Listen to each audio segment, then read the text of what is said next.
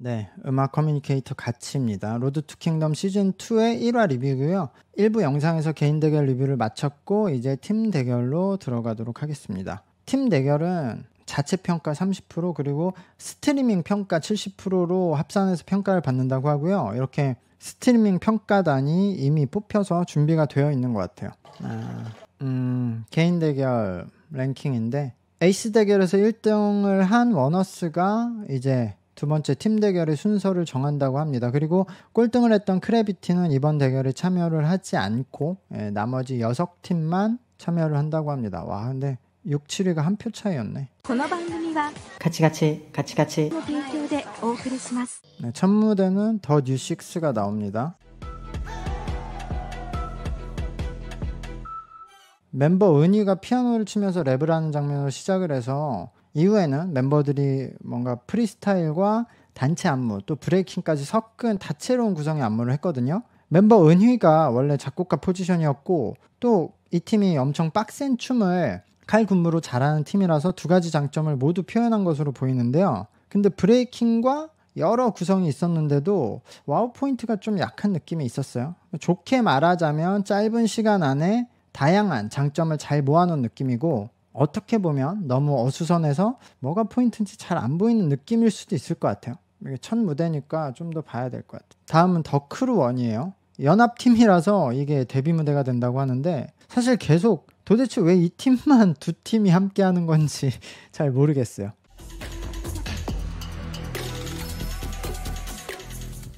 이게 어려운데 이 팀은 다인원 안무에 중점을 두고 크게 두 가지 구성을 했거든요. 처음에는 파워를 보여주는 단체 안무에 집중을 해서 약간 크럼프 같은 상체 동작 위주의 안무가 있었고요. 중간에 흐름 전환을 하는 구성을 넣고 후반에는 두 명의 멤버를 중심에 놓고 주변 멤버들이 꽃을 가지고 부드러움을 표현하는 장면이 있었거든요. 중앙에 두 멤버가 막 모래시계를 주고받기도 했고요. 아까 그 개인 무대를 할 때 큰 꽃에서 혼자 피어난 뭔가 그런 표현을 했는데 이번에는 그 꽃들이 멤버가 된 표현을 한 것 같아요. 그러니까 개인 무대랑 단체 무대를 하나의 스토리로 연결시킨 것 같은데 모래시계가 어떤 표현인지 정확히 모르겠어요. 그게 원래 하나의 꽃으로 피어났는데 모래시계로 시간을 되돌려서 다시 두 개의 팀이 합쳐진 뭔가 꽃으로 피어난다는 뜻인지 모르겠는데 어쨌든 개인 무대에서는 하나의 꽃이었다가 단체 무대에서는 그 꽃잎들이 모두 멤버로 변하고 가운데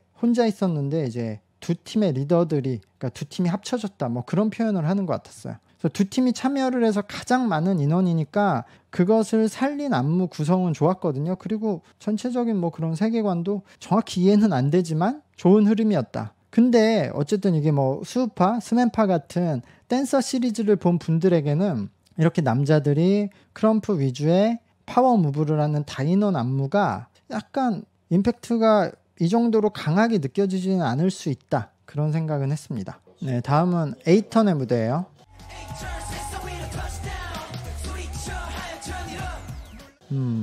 이런 합창 코러스에 나오는 느낌이 있죠. 에이턴은 두 가지 음악을 사용해서 전체적으로 그래도 통일된 느낌을 보여줬어요. 두 번째 곡에서는 이런 럭비공을 사용한 안무도 했는데요. 멤버들의 복장이 저 블랙과 레드가 강렬한 그 레이더 스타일로 통일이 돼서 좀 보기가 좋았던 것 같아요. 그리고 8명이니까 멤버도 꽤 많은 편이거든요. 여기도 멤버의 기본적인 댄스 실력이 좋고 군무의 합이 잘 맞았거든요. 그러니까 이제 이 정도 댄스 실력들은 K-팝에서 기본이 되는 것 같은데 어쨌든 에이턴이 코러스 합창 부분이 많았고 전체적으로 좀 동작 자체가 다른 팀들보다는 큰 동작이 많았거든요. 거기에 또 군무를 하는 시간도 길었고 그래서 다른 팀보다 좀 시원한 느낌이 있고 통일된 느낌을 잘 살린 것 같아요. 그래서 이 정도면 꽤 경쟁력이 있을 것 같다는 느낌입니다. 네, 다음은 유나이트의 무대입니다. 여기도 춤 잘 추네. 데이가 있으니까 무기가 되네. 유나이트는 래퍼 데이의 랩을 중심으로 두고 가면하고 총을 사용한 안무를 보여줬는데 그리고 뭐 마지막엔 저런 뭔가 트로피를 훔치는 듯한 연출도 했어요. 그러니까 사랑을 훔치는 큐피드가 아니라 왕자를 뭔가 훔치는 큐피드라는 그런 느낌인 것 같은데 괜찮긴 했는데 에이스 배틀에서 뭔가 환웅했던 조커 표현과 약간 겹치는 느낌이 있었고 그 마이크를 쓰고 총을 든 채로 퍼포먼스를 하는 부분이 가장 강렬했는데 그 부분이 너무 짧았고 이후에 트로피를 들고 하는 장면은 약간 난해한 부분이 있는 것 같아요. 그러니까 짧은 분량에 여러 구성을 넣어야 되니까 굉장히 힘든 것 같아요, 다들. 다음은 템페스트입니다. 와, 어렵다. 템페스트는 저 가운데 뭔가 공원에 있을 만한 그런 등, 가로수, 조명을 두고 퍼포먼스를 했어요. 저 그 가로수의 기둥을 가지고 봉으로 사용해서 막 봉춤을 추기도 했거든요.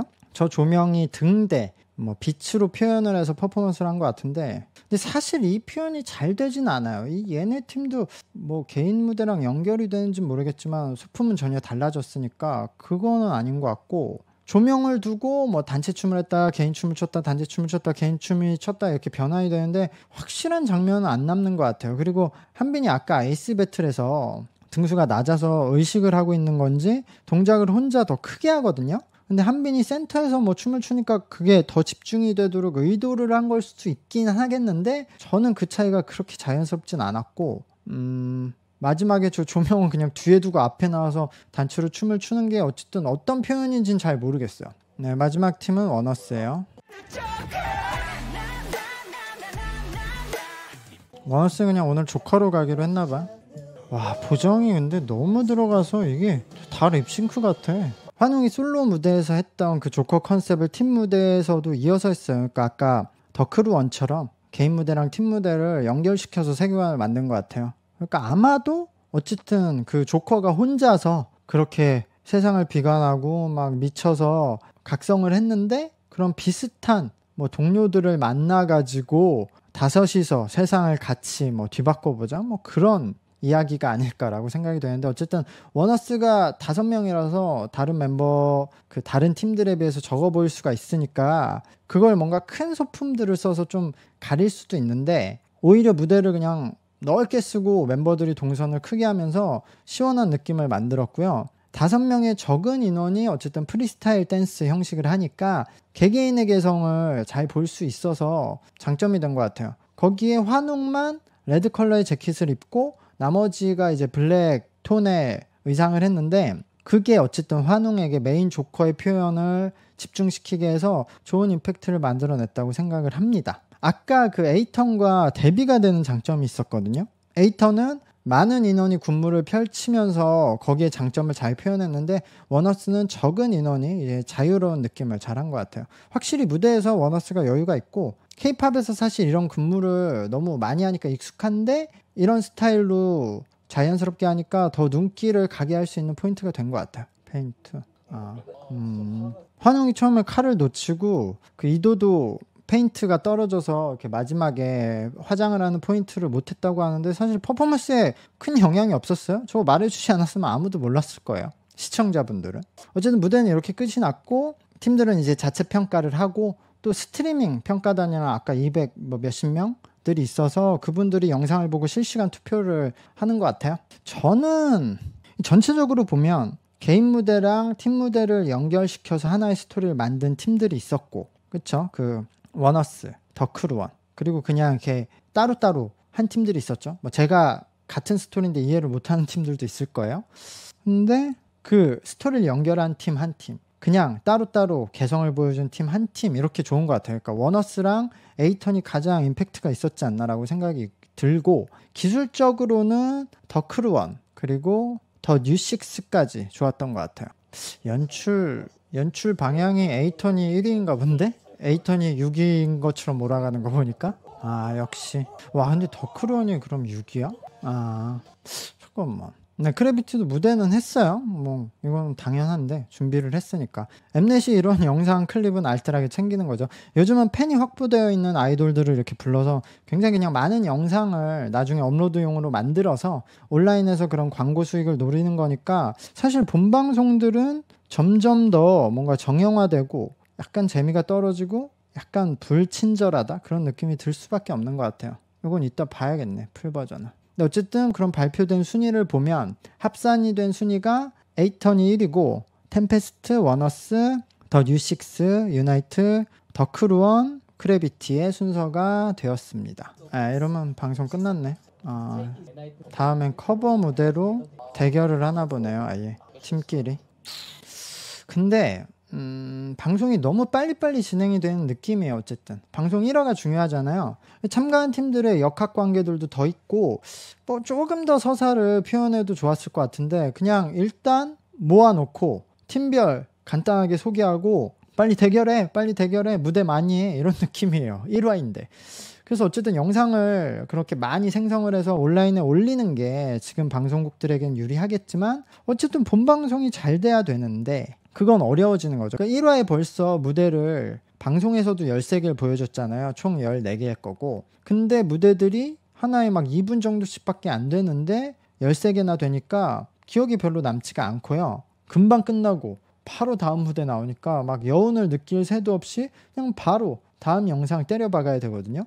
이렇게 요즘 아이돌 서바이벌 방송이 빨리빨리 진행이 되는 것 때문에 방송을 처음 보는 사람이거나 아니면 어쨌든 참가한 팀들에 대해서 잘 모르는 사람들은 이 방송을 꾸준히 보기는 어려운 거죠. 뭘 알기도 전에 마음이 가기 전에 일단 대결부터 하고 또 대결 무대도 보기 시작하면 끝나고 다음으로 넘어가니까 근데 또 팀들은 그 짧은 무대에 여러 가지 표현하려고 하니까요. 팬들이야 방송 끝나고도 막 풀버전 영상들 찾아보면서 그 무대의 숨은 의미를 막 찾고 공유하는 재미를 느끼겠지만 그냥 방송만 보는 분들도 많거든요. 아직도. 근데 그런 분들은 저게 뭐야 이해가 어려우니까 그냥 다음부터 안 보게 되는 거죠. 특히 이런 점도 있는 게 아이돌 팀 대결을 하게 되면 군무 대결이 되어버리거든요. 근데 엠넷이 수우파, 수면파로 굉장히 수준 높은 댄서들의 군무들을 많이 보여줬잖아요. 그래서 그 방송을 본 분들은 이런 아이돌들의 군무 대결이 감흥이 별로 없죠. 그러니까 해당 팀의 기존 팬들이야 감흥이 있겠지만 그러니까 여기서 생성된 영상들이 그런 돌판 커뮤니티나 각자 팬덤 커뮤니티에서는 화제가 되겠지만 예전처럼 일반 대중 커뮤니티에 다른 커뮤니티에 화제가 되는 영상이 안 나오는 거죠. 이제 식상하니까. 그래서 이번 방송에는 개인 대결을 넣었지만 어쨌든 여기서도 뭐 멤버들이 대부분 춤을 추니까 스맨파를 본 분들에게는 감흥이 별로 없을 거고 다들 막 소품들 사용해서 뮤지컬을 하려고 하니까 이제 이해하기 점점 어려워지는 거고. 근데 그렇다고 이거 해결책이 별로 없거든요, 사실. 막 그렇다고 소품이나 큰 편곡 없이 원곡 그대로 재현하는 대결을 해 라고 한다고 해서 막 더 멋있는 무대나 화제가 될 무대가 나올 것 같지도 않거든요. 그러니까 제작진도 여러 가지 고민을 끝에 이 포맷으로 방송을 하려고 하면 그냥 이 방향으로 하는 수밖에 없다. 거기에 아예 뭐 팀을 리부트하는 것이 아니라 그냥 기존 팀 대결을 하면 시청자들이 투표를 할 목적성도 떨어지거든요. 아이돌 데뷔 서바이벌은 투표를 못 받으면 데뷔를 못하니까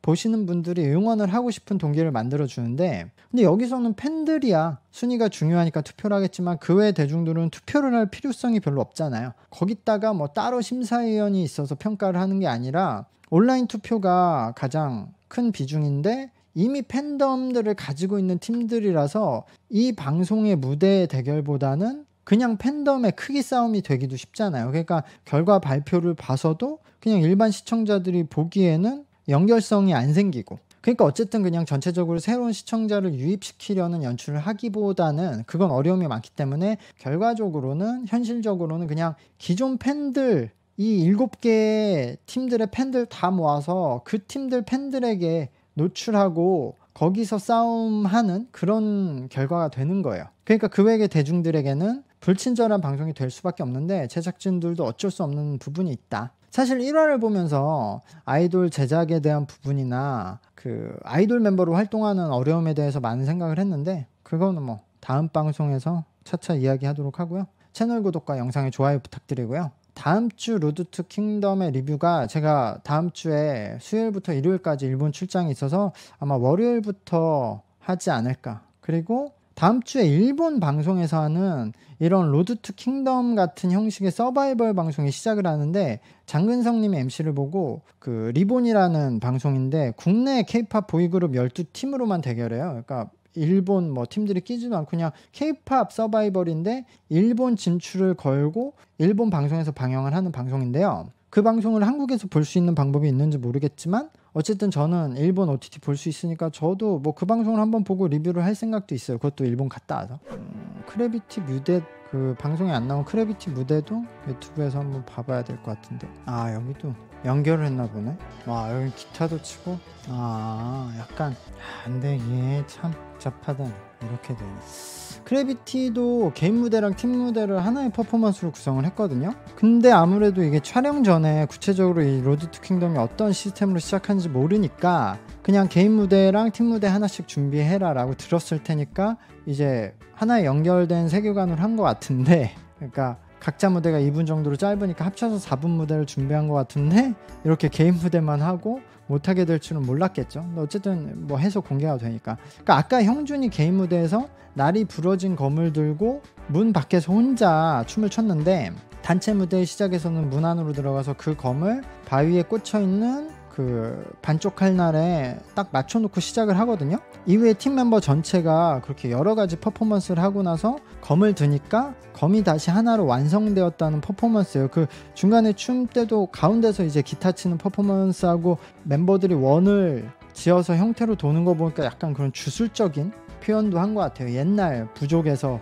그렇게 캠프파이어 하면서 춤추면서 신을 위해 빌었던 그런 느낌. 원래 이 댄스라는 게, 인류에서 댄스라는 게 탄생한 게 신을 위해서, 신을 찬양하는 행동으로 댄스가 시작된 거거든요. 뭐 그런 거랑 연관을 지었을 수도 있고. 그래서 전체적으로 보면 어쨌든 혼자서는 완전하지 않고 되게 역부족이지만 팀 전체가 함께 하면은 저렇게 하나의 완전한 무기가 된다, 뭐 그런 표현인 것 같지 않나. 근데 실제로 혼자서 형준이가 그 개인 퍼포먼스에서 부러진 검을 들고 분투를 했었는데, 퍼포먼스의 느낌, 그 표현과 비슷하게 형준이는 진짜로 실제로 성적도 분투를 했었죠. 그러니까 이 퍼포먼스랑 실제 상황이 어느 정도 맞기도 하거든요. 혼자 했을 때는 성적이 안 좋았는데 함께 하면은 만약에 다음부터 성적이 좋으면 지금 이 1화에서 한 퍼포먼스가 어떻게 보면 예언이 되는 거니까 팬들에겐 더 의미가 있을 수도 있겠다라는 생각이 듭니다. 그래서 크래비티 이 무대하고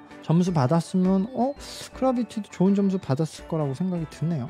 근데 요즘은 이렇게 막 복잡하게 막 스토리텔링도 하고 해야 돼서 참 이 스태프들이, 회사의 스태프들이 참 이 댄스 디렉터분들, 안무가분들이 힘들겠어. 대단해.